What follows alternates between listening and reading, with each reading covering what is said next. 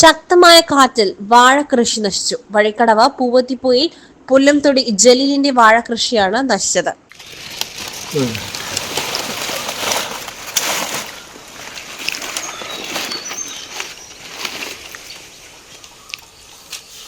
കായ്ഫലമുള്ള 300ഓളം വാഴകൾ കാറ്റിൽ നഷ്ടപ്പെട്ടു. പ്രവാസിയായ ജലീൽ ബാങ്കിൽ നിന്നും ലോൺ എടുത്താണ് 600ഓളം വാഴകൃഷി ഇറക്കിയത്. ഇതിൽ പകുതിയോളം വാഴകൾ കാറ്റിൽ നശിച്ചിട്ടുണ്ട്.